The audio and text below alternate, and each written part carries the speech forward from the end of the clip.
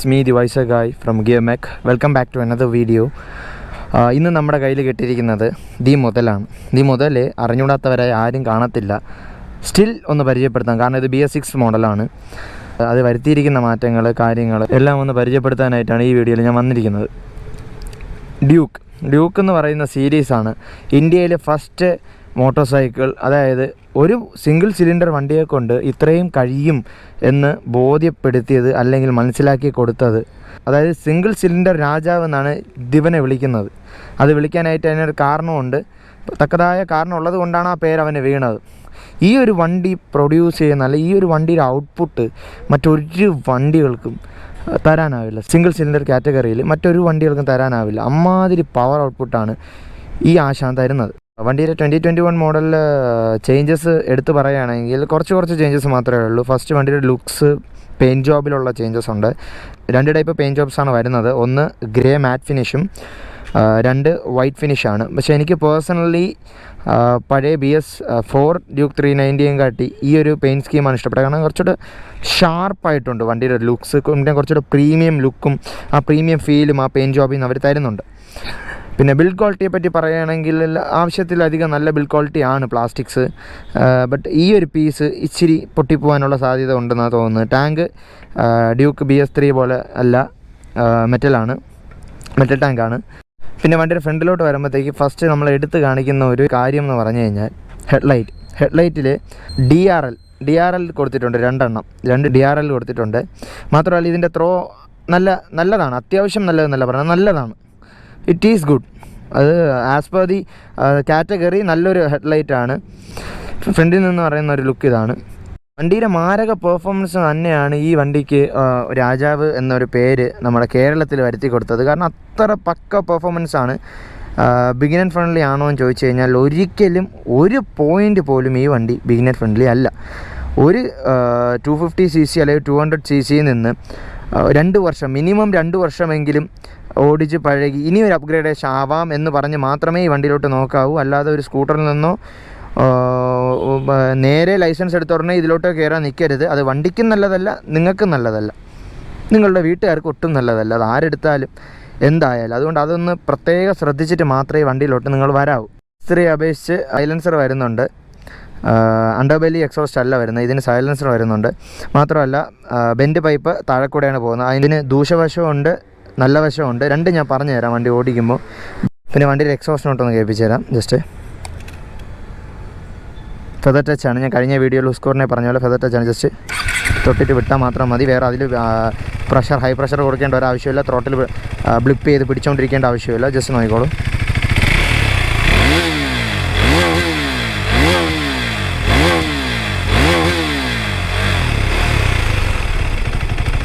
ബാക്കിലത്തെ ഒരു ലുക്ക് ഇങ്ങനെയാണ് എന്ന് വിചാരിക്കരുത് ഒരിക്കലും.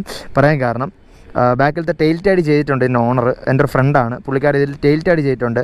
ടെയിൽ ടാഡി ചെയ്യാത്ത ഒരു ലുക്കെന്ന് പറയുമ്പോഴത്തേക്കും ഇങ്ങനെ വരും. ഇതാണ് ടെയിൽ ടാഡി ചെയ്യാത്തൊരു ലുക്ക്. ബാക്കി ടയർ ഹഗറും കാര്യങ്ങളൊക്കെ വരുന്നുണ്ട്. ഇത് പുള്ളി ഊരി വച്ചിരിക്കുകയാണ്. പിന്നെ ഒരു പ്രശ്നം മെയിനായിട്ട് പറയാനുള്ളത് ടയേഴ്സ് അവർ എന്ത് തീരുമാനത്തിലാണ് ഈ ടയേഴ്സ് എടുത്ത് MRF മാറ്റിയത് എന്നറിയത്തില്ല. മെറ്റ്സലാർട്സിന് പകരം മെറ്റ്സലാർട്സാണ് ഇതിന് കൊടുക്കാൻ പറ്റിയ മിനിമം ടയേഴ്സ്. അതിൽ നിന്ന് ഒരു താഴോട്ടൊരു ചിന്തയെ വരാൻ പാടില്ല. But still they have manage. അതെനിക്കറിയത്തില്ല അതെന്തിനാണ് ഈ MRF ടയർ കൊടുത്തതെന്ന്. കാരണം വണ്ടിയുടെ കംപ്ലീറ്റ് പെർഫോമൻസ് വ്യത്യസ്തപരമായിട്ട് വരും. കാരണം ടയർ മാറുമ്പോഴത്തേക്കും വണ്ടിയുടെ പെർഫോമൻസ് ഉറപ്പായിട്ട് മാറും. കാരണം MRF എന്ന് പറയുന്ന ടയർ 200 തന്നെ വന്നിട്ട് പോലും അത്യാവശ്യം സ്ലൈഡിങ്ങും കാര്യങ്ങളും സ്കിഡിങ്ങും ഒക്കെ വരുന്നുണ്ടെന്ന് ഒരുപാട് കംപ്ലയിൻസ് ഉണ്ട്. സ്റ്റിൽ അവരത് മാറ്റി MRF കൊടുത്തിട്ടുണ്ട്. മെറ്റ്സലാർട്സ് ആണ് ബെസ്റ്റ് ടയർ. ഞാൻ ഒരിക്കലും ഈ ടയർ ഈ വണ്ടിക്ക് റെക്കമെൻഡ് ചെയ്യത്തില്ല. കാരണം അത്ര പെർഫോമൻസ്, ഈ വണ്ടിയുടെ കംപ്ലീറ്റ് പൊട്ടൻഷ്യൽ വേണമെങ്കിൽ നമ്മൾ മെറ്റ്സലാർട്സ് തന്നെ ഇതിൽ മാറിയിടേണ്ടി വരും. വണ്ടിയുടെ ഹാൻഡിൽ ബാർ സ്വിച്ചസിലോട്ട് പോകാം. റൈറ്റ് സൈഡ് ബേസിക് സ്വിച്ചാണ്. Engine kill off switch, self switch. ഇവിടെ വരുമ്പോഴാണ് വളരെ വ്യത്യസ്തപരമായിട്ട് ഇത് കാണുമ്പോഴത്തേക്കും ഒരു വീഡിയോ ഗെയിമിൻ്റെ കൺട്രോളർ പോലെ ഇരിക്കും. കാരണം അമ്മാതിരി സ്വിച്ചസും കാര്യങ്ങളാണ്. യൂസ് ടു ആണെങ്കിൽ ഇത് എളുപ്പമാണ് യൂസ് ചെയ്യാൻ. ഞാൻ ഓണാക്കാം. TFT ഡിസ്പ്ലേ ആണ്. ഇത് വളരെ സൂക്ഷിച്ച് കൈകാര്യം ചെയ്യേണ്ട ഒരു TFT ഡിസ്പ്ലേ ആണ്. കാരണം ഇതിൽ വാട്ടർ ഡാമേജ് ഒക്കെ വരുന്നുണ്ടെന്ന് ഭയങ്കര കംപ്ലയിൻറ്റ്സ് വരുന്നുണ്ട്. ഇതിൽ നിങ്ങൾക്ക് ആവശ്യത്തിൽ കൂടുതൽ അതിലുപരി എല്ലാ ഇൻഫോർമേഷൻസും ഇതിൽ കൊടുത്തിട്ടുണ്ട്. എനിക്ക് തോന്നുന്നു ഇത്രയും ഇൻഫോർമേഷൻസ് ഉള്ള ഒരു സിംഗിൾ സിലിണ്ടർ വണ്ടി ഇല്ല. അഥവാ ഉണ്ടെങ്കിൽ പ്രീമിയം സെക്ടറായ ട്രയം RRS അതിലൊക്കെയാണ് ഇമാതിരിയുള്ള TFT അല്ലെങ്കിൽ കൺസോൾ ഇത്രയും ഇൻഫോർമേഷൻസ് ഇൻക്ലൂഡഡ് ആയിട്ടുള്ളൊരു ഡിജിറ്റൽ കൺസോൾ വരുന്നത്. ഇതിൽ ഒരുപാടുണ്ട് പറയാനാണെങ്കിൽ അതിനുവേണ്ടി സെപ്പറേറ്റ് ഒരു വീഡിയോ ചെയ്യേണ്ടി വരും. അതുകൊണ്ട് ഞാൻ ബേസിക്സ് ആയിട്ടുള്ള കാര്യങ്ങൾ പറയാം. ഇത് മോട്ടോർ സൈക്കിളിനെ കുറിച്ചാണ്. മോട്ടോർ സൈക്കിളിൽ വരുന്നത് ABS സൂപ്പർ മോട്ടോ മോഡ് എന്ന് പറഞ്ഞു കഴിഞ്ഞാൽ ബാക്ക് ABS ഓഫ് ചെയ്തിടാം. പിന്നെ വരുന്നത് ട്രിപ്പ് ജനറൽ ഇൻഫോമുണ്ട്. ട്രിപ്പ് 1, ട്രിപ്പ് 2 സെറ്റിങ്സിൽ favourites, quick sector 1, quick sector 2, Bluetooth, display theme, shift light, അങ്ങനെ ഒരുപാട് നമുക്ക് വേണ്ടതിൽ ആവശ്യത്തിൽ കൂടുതൽ ഇൻഫോർമേഷൻസ് ഇതിലുണ്ട്. പിന്നെ ഇത് ഓട്ടോമാറ്റിക് സെൻസറാണ്. നമ്മുടെ ഡേ ടൈം ആകുമ്പോഴത്തേക്ക് വൈറ്റ് ബാക്ക്ഗ്രൗണ്ട് ആയിരിക്കും. നൈറ്റ് ആകുമ്പോഴത്തേക്ക് ഒബ്വിയസ്ലി അത് സെൻസ് ചെയ്ത് ബ്ലാക്ക് ബാക്ക്ഗ്രൗണ്ട് കൊടുക്കും. അത് ഞാൻ കാണിച്ചു തരാം. ജസ്റ്റ് ഒന്ന് ഉണ്ടോ, ഇപ്പോൾ അത് ബ്ലാക്ക് ബാക്ക്ഗ്രൗണ്ടായി. ഇങ്ങനെയാണ് ആ വണ്ടി ഷിഫ്റ്റ് ചെയ്യുന്നത് കളർ. അപ്പോൾ അത് ഓട്ടോമാറ്റിക്കലായിട്ട് തിരിച്ച് വന്നോളും വിത്തിൻ ഫ്യൂ സെക്കൻഡ്സ്. അപ്പോൾ നമുക്ക് എന്തായാലും വണ്ടി കയറിയിട്ട് ബാക്കി നോക്കാം. വണ്ടി കയറുമ്പോൾ തന്നെ വണ്ടിയുടെ സീറ്റ് ഹൈറ്റിനെ കുറിച്ച് സംസാരിക്കുകയാണെങ്കിൽ എനിക്ക് 172 സെൻറ്റിമീറ്ററാണ്. കംപ്ലീറ്റ് ഒരു പ്ലാന്റഡ് ഫുഡ് എനിക്കുണ്ട്. അതൊന്ന് ഫ്രണ്ടിലോട്ട് കയറിയിരിക്കുന്നതാണ്. ഇത് 2 ടൈപ്പ് കയറിയിരിക്കാം. ഒന്ന് ഫ്രണ്ടിലോട്ട്, ഒന്ന് കംപ്ലീറ്റ്ലി ബാക്കിലോട്ട് കയറിയിരിക്കുന്ന ലോങ് റൈഡിനൊക്കെ പോകുമ്പോഴത്തേക്കും അത്യാവശ്യം കംഫർട്ടബിൾ ആയിരിക്കും. അതിനാണ് ബാക്കിലോട്ട് കയറിയിരിക്കുന്നത്. ബാക്കി നമുക്ക് വണ്ടി ഓടിച്ചുകൊണ്ട് സംസാരിക്കാം.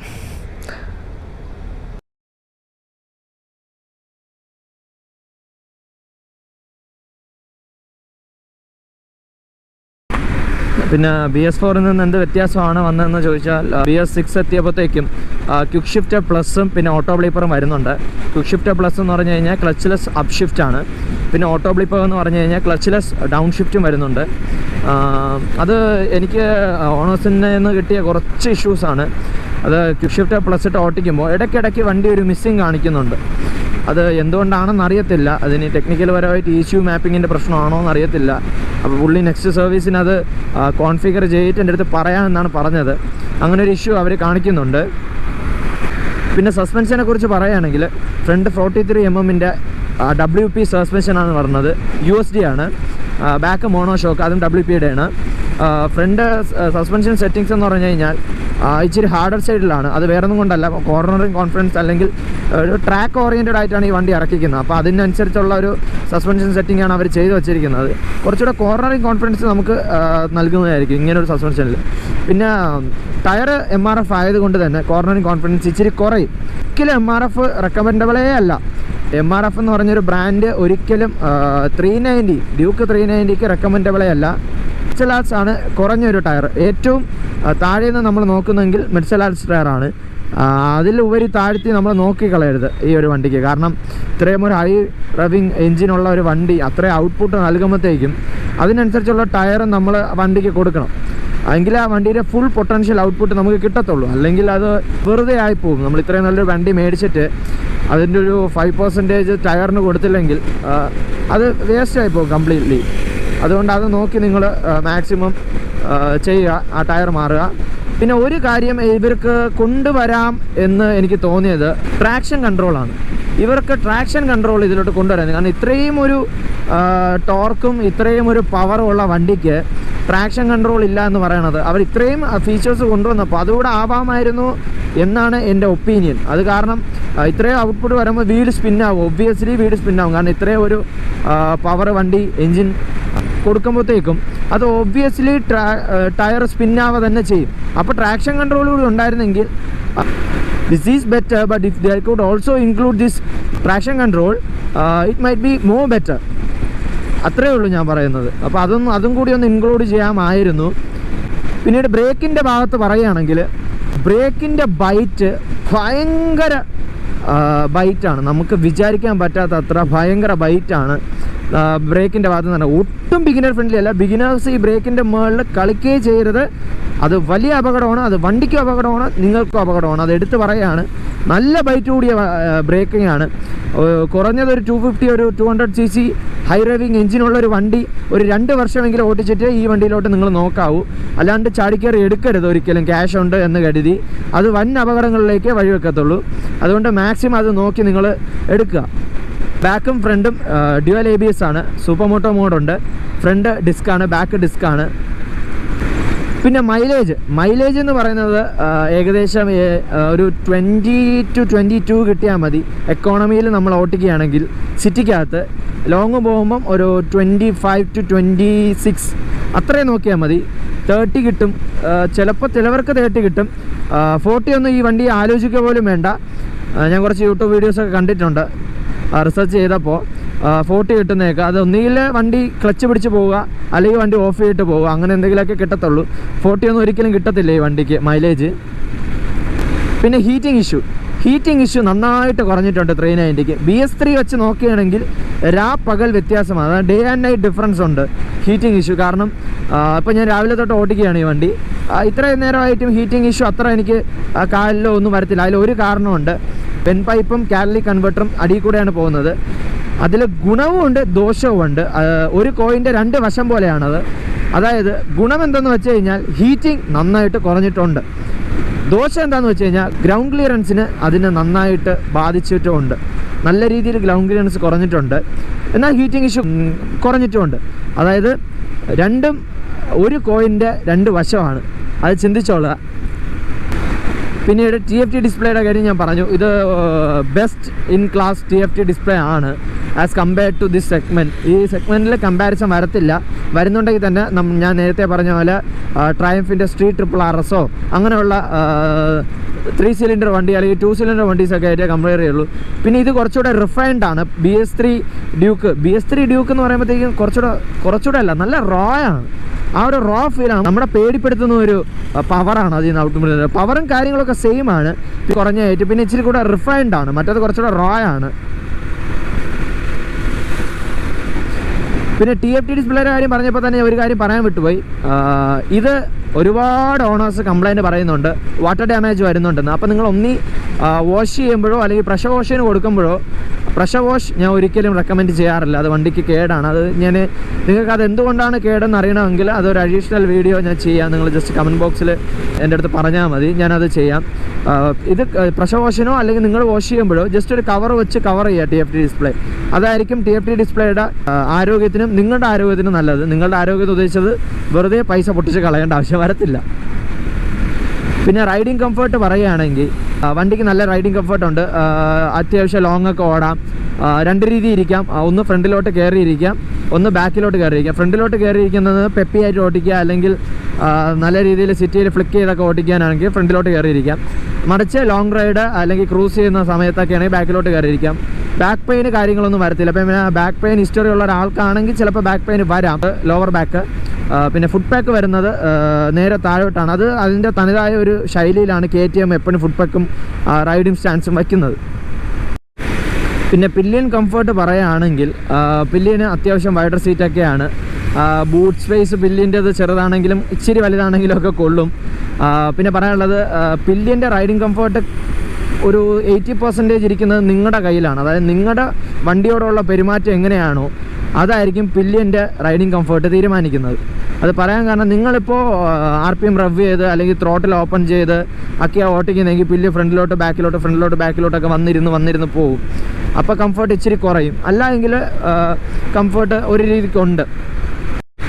പിന്നെ ക്ലച്ചിൻ്റെ ഭാഗം പറയുകയാണെങ്കിൽ മീഡിയമാണ്. നമുക്ക് മീഡിയം രീതിയിൽ നിൽക്കാൻ പറ്റത്തുള്ളൂ. BS3 വെച്ച് നോക്കുകയാണെങ്കിൽ ലൈറ്ററാണ്. കാരണം BS3 വളരെ ടൈറ്റാണ്.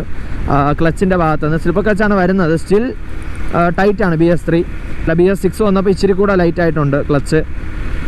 ഇതിൻ്റെ ഒരു തനതായ ശൈലി തന്നെ പറയുകയാണെങ്കിൽ അവരുടെ ഒരു ടാഗ് ലൈൻ അല്ലെങ്കിൽ അവരുടെ ബ്രാൻഡിങ്ങിൽ നിന്ന് അവർ പറയുന്നത് എന്താണെന്ന് വെച്ചാൽ make it lighter make it faster. അതായത് എത്രത്തോളം ലൈറ്റ് ആവോ അത്രത്തോളം ഫാസ്റ്റർ ആയിരിക്കും വണ്ടി. അതിലൊരു ഗുണം എന്താണെന്ന് പറഞ്ഞു കഴിഞ്ഞാൽ വണ്ടി കുറച്ചുകൂടെ പെർഫോമൻസ് കൂടും.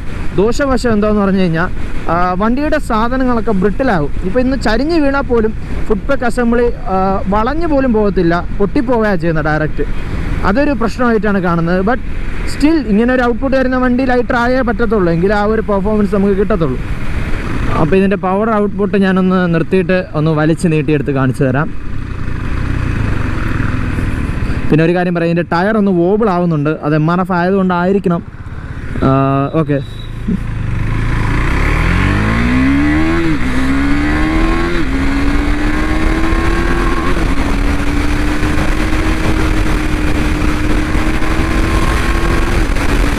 വോബിളാവുന്നുണ്ടോ? ഇതാ പറഞ്ഞ നല്ല രീതിയിൽ ടയർ വോബിളാവുന്നുണ്ട്.